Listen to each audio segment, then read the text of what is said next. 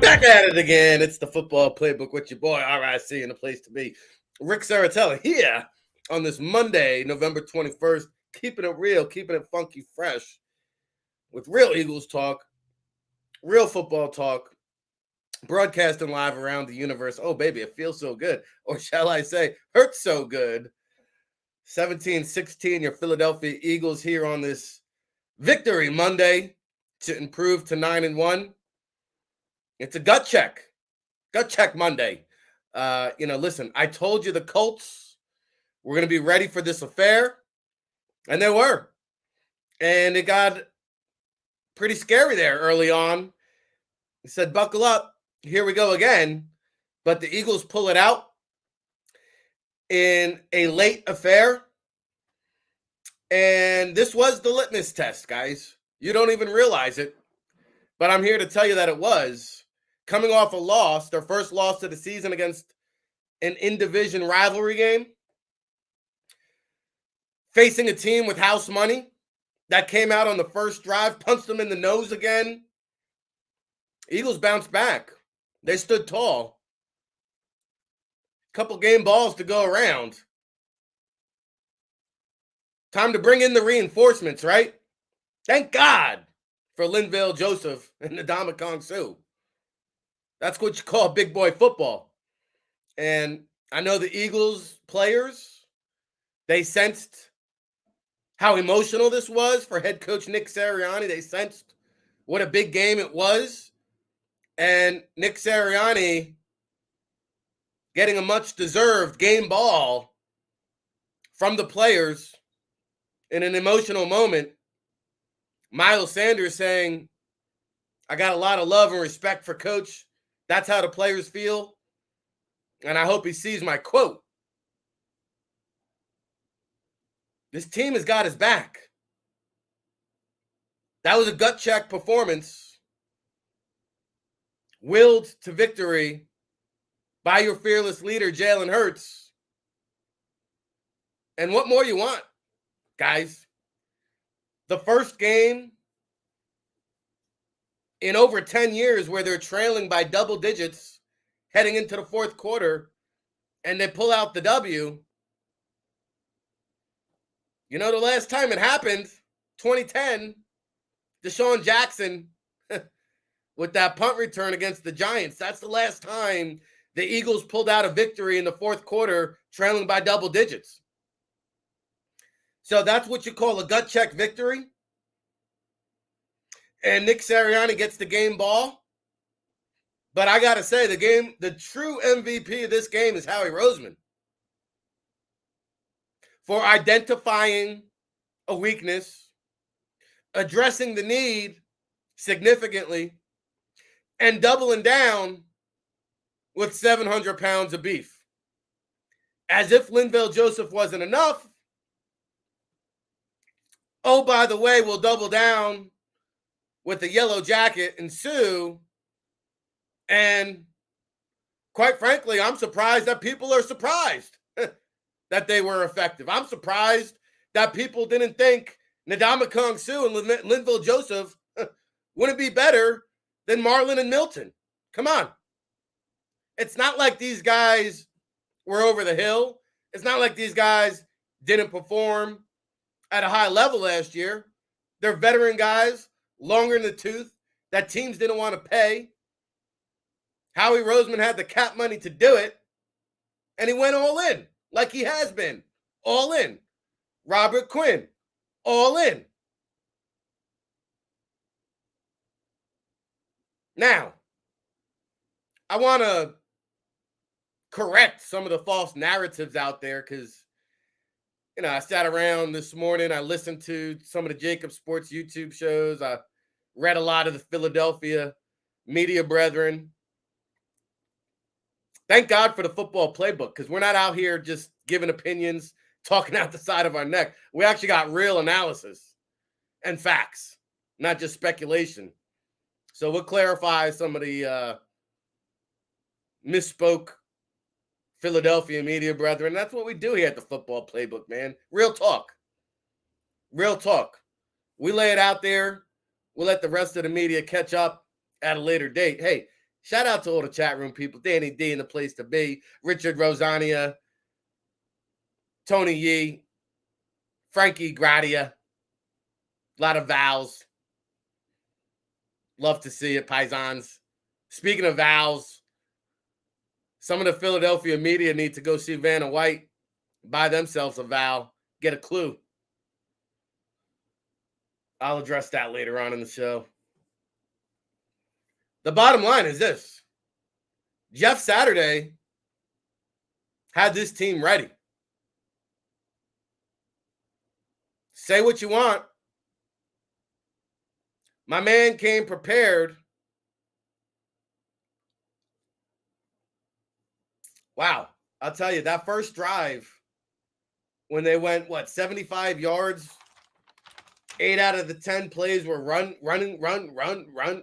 up the gut.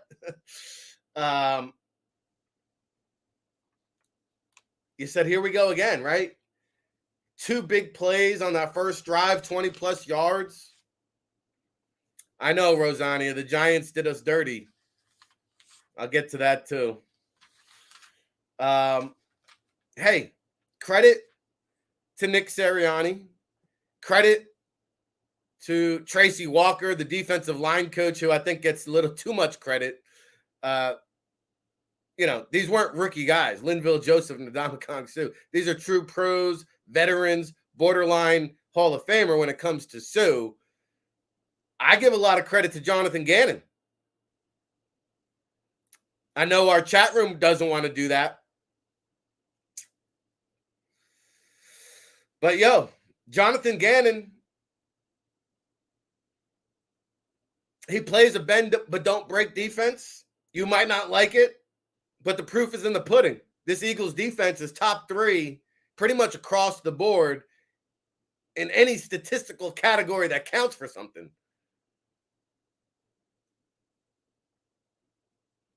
Jonathan Gannon is the truth. You might not like it. You might not like his style of defense. It's the 4th straight week. I told you last week he was very, very pointed and candid and wanted to make sure that he pointed out that, we've made a lot of adjustments. And you know what? Maybe Jonathan Gannon deserves more credit for his second half adjustments because it's the 4th straight week now. 0 touchdowns allowed in the second half. 0. Guys, 0 in the second half. So maybe Gannon is adapting and adjusting better than we realize.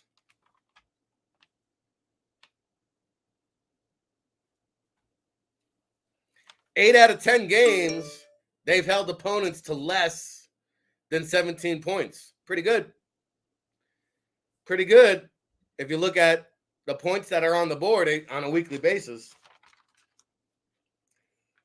And so Jonathan Gannon, despite a rough first drive where the Colts went down the field 75 yards and you said, buckle up,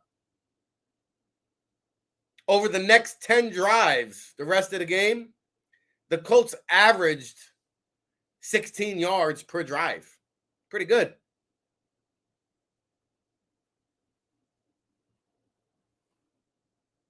Frankie Gradia. Nobody scares me in the NFL, okay? I'll get into the Dallas Cowgirls and the rest of the NFL in hour 2. By the way, hoping to have a good friend, Aaron Nagler from Cheesehead TV later on in the show at 11:30. Give you a little sneak peek on the Packers game. But Aaron is one of the better national media guys as well. So we'll get his finger on the pulse when it comes to the Eagles, contenders around the league. And that's what we do here at the Football Playbook. So thankful for getting the perspective from the other side. Because one of the false narratives I keep hearing out there is what a disgrace Jeff Saturday is to the coaching profession. Oh, what a mutiny that we have in Indianapolis. No, it's not. Bro, thankfully we've had a lot of Colts beat writers on the show last week to set us straight. Like, yo, Gus Bradley wasn't overlooked as the play caller. He was offered the position and turned it down and is on record of doing so. He wanted to focus on what he's doing and what he's been doing and didn't want to disrupt the chemistry. Reggie Wayne isn't pissed off about being overlooked for the job. The guy's on the job 8 months. In fact, Reggie Wayne is the guy that inside the locker room went to the coaches, stood up, and spoke to all the coaches and got them on board with the Jeff Saturday hiring. It's because of Reggie Wayne that the coaching staff bought into Jeff Saturday. There's no mutiny in Indianapolis. That's a mainstream media fabrication, guys. Reggie Wayne rallied the troops. He's the one that stood up for Saturday in the coaches meeting and said, yo, I played in the foxhole with this man. Best believe he's qualified and can take us places. There's no mutiny in Indianapolis. Jeff Saturday, despite what Bill Cowher, Joe Thomas, and the mainstream media tells you, is pushed every right button there is. He had this team ready. He had them prepared. First decision he made on the job was reinsert Matt Ryan. He ran the ball down your throats. It didn't exactly work, but he stuck to the game plan. Bro, they got efficient quarterback play. They got consistent running play calling. Wasn't always efficient running. But I told you, if penalties and turnovers go in the favor of Indianapolis, watch out. And the Eagles played a sloppy game. Costly penalties, turnovers again. They're lucky to escape Indianapolis with a W.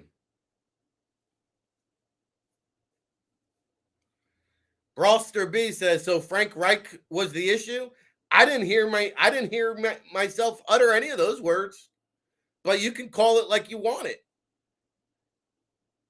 Jeff Saturday, in the last 2 weeks, from what I've seen and heard, has had this team more prepared and ready for football than Frank Reich did this year. All we got is a 2-game sample size. It's not enough for me to say who the issue was. This team needed a change, and Jeff Saturday was a change in the right direction. From what I've seen, they should have won the game. Colts should have won.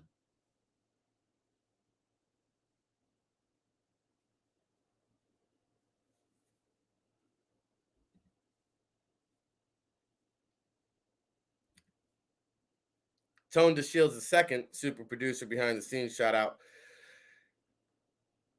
It's the hiring that undermines the hiring process of the NFL claims to stand on. You know, listen, here's the bottom line. All the Rooney Rule is just a show and tell. Hate to say it. Hate to call a spade a spade. Hate to tarnish Rooney's name, but that's what it is. It's a show and tell. It's bullshit. The Rooney Rule. All 32 owners are rich old white men. So you can have the Rooney Rule all you want. At the end of the day, you've got to have diverse owners, diversity ownership groups. Otherwise, it's the good old boys club. It's really not that much more complex than what it needs to be. You need new ownership groups. So when I hear, Jay-Z and Matthew McConaughey want to partner up and buy the Washington football team, yeah, the NFL needs more of that. But listen, when you're Jim Irsay and you own an $8 billion organization, you get to make the moves that you want to make. And he already had this made up in his head. Jeff Saturday had been in town a couple weeks prior for a Ring of Honor celebration, and the wheels were in motion. This is who Irsay wanted. So, yeah, the NFL has got an issue with the hiring process, but they've got an issue with who the owners really are. That's the facts of the matter. Tone says I didn't mention the Rooney Rule. Well, that seems to be the issue, right? Oh, what a disgrace to the coaching regime. But it's not a disgrace if that's what Irsay wants to do and they win games.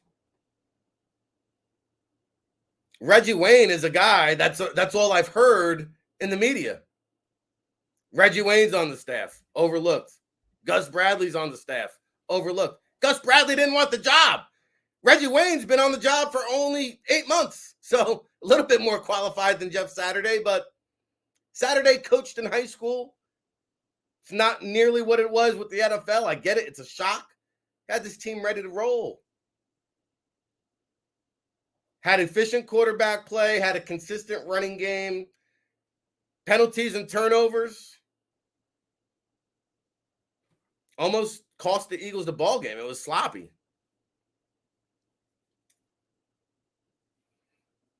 Alexander Freeman, yeah, I agree. I think Frank Reich's voice, sometimes a voice falls on deaf ears.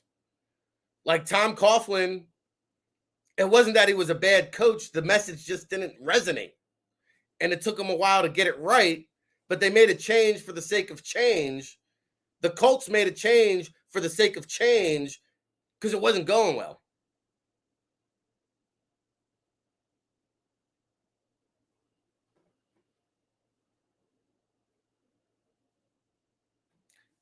Stephen Paparo. Eagles left 20 seconds on the clock with 1:34 left. Remember that, Rick? Saturday didn't call a timeout. Yeah, listen, Saturday is going to learn on the job.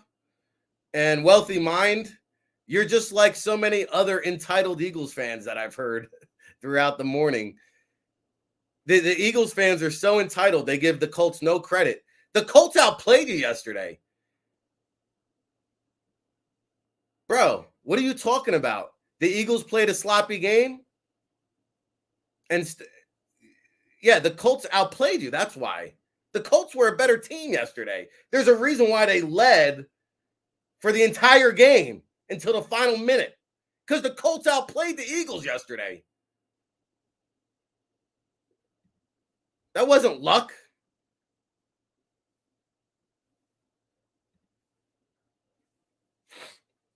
That wasn't luck, guys.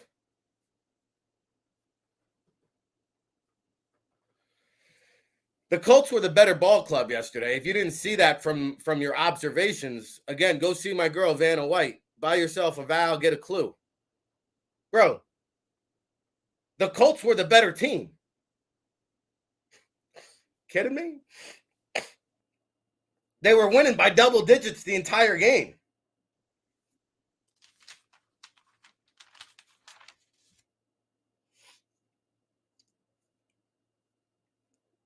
Now, that's the first time the Eagles held an opponent to under 100 yards rushing in 6 games. So, again, Linval Joseph and the Ndamukong Suh, they paid immediate dividends, which was needed because we were getting gashed. The Eagles, 160 yards per game over the last 5 games. Yesterday, 99 yards rushing on the day. Where's Jonathan Taylor? I know you guys said you weren't worried about him. And I think he only averaged like 3.8 on the day, 22 for 84, 3.8 yards carry. The Colts as a whole had that 99 yards rushing. So yeah, there was some coaching mishaps both on the Colts and the Eagles side of things. I'll get to that after the break. I've got lots of notes on notes on notes. But here's the deal. The defense got a very much needed boost with Linval Joseph and Ndamukong Suh. And that's going to go a long ways right into the playoffs. The bottom line is this.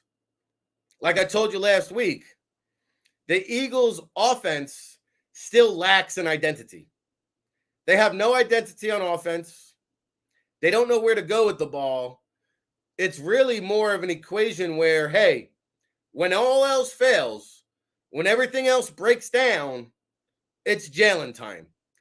And I think Jalen got tired of waiting for other guys to make plays and just said, you know what, guys, follow me. I'm going to put it on my back. I'll carry us and will our way to victory. And that's exactly what Jalen Hurts did. Jalen Hurts, who, oh, by the way, I'm not going to spend another second on this show talking about whether or not he's a franchise quarterback. I told you guys that in August. The fact that we're here in week 11 and there's still people actually asking the question goes to show how clueless people are. Like, you don't think Jalen Hurts is the guy? Who's the quarterback that's going to buckle up, put you on his back, and will yourself to victory? Only a handful of guys that can carry their team to a W, like Jalen Hurts did yesterday.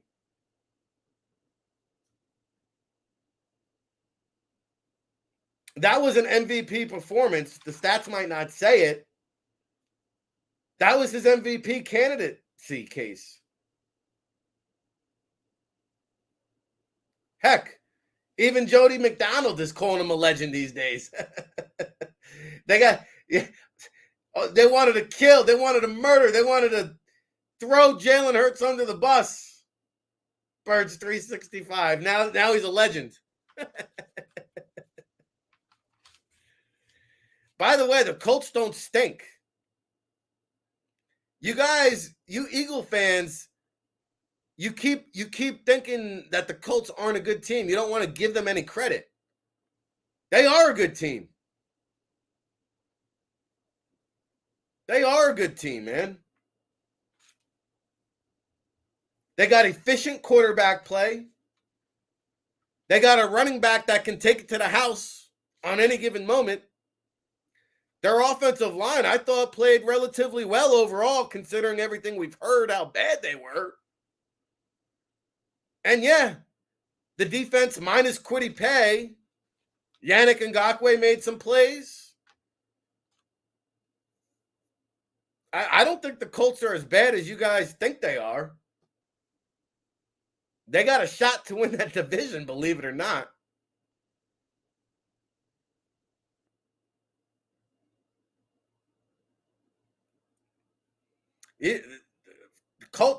Eagles be a good Colts team. That's a good Colts team, man. And I'll tell you what. If they won, they were winning that game for the first 58 minutes and 40 seconds. If not for the final minute and 20 seconds, the Colts would be back at 500, right in the mix. You'd be talking about, oh, watch out for the Colts.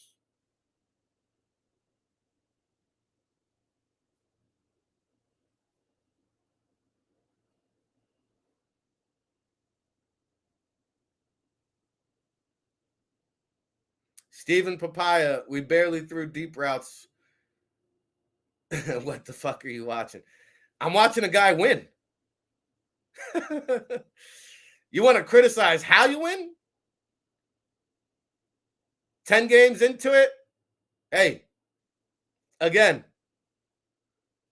if you don't think Jalen Hurts is a franchise quarterback, I guess I do have to talk about it. Week number 11. Go see Vanna, buy yourself a vowel, get a clue. Jalen's the reason why they won the game yesterday. Hello? Hello?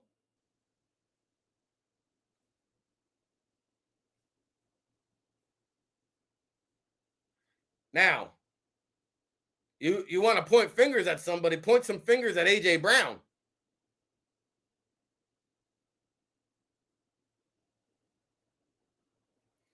A.J. Brown must still be hurt. He might not want to admit it. Non-factor yesterday. costly fumble. But I'll tell you one thing I have in my notes. Well, you know what? We'll take a quick break. I'll get into my notes, my criticisms, my praise.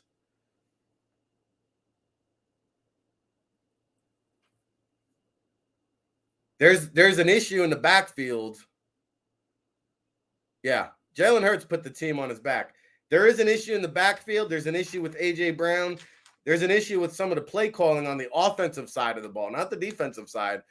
Hey, buckle up. We're just getting started. I got a lot of criticisms, critiques, ways that the Eagles can get better. Hey, the good news is they won 17-16. The better news is there's a lot of room for improvement for the Philadelphia Eagles. I've got a lot of questionable calls, a lot of critiques and criticisms that concern me the rest of the way. Some of you want to know where I stand on Dallas after that big blowout victory over the Minnesota Vikings yesterday, 40-3. Hey, buckle up. We got Around the League, NFL, Odell Beckham Jr. sweepstakes, and a whole lot more right after this. Hit the like button on your way out. We'll see you back on the way in.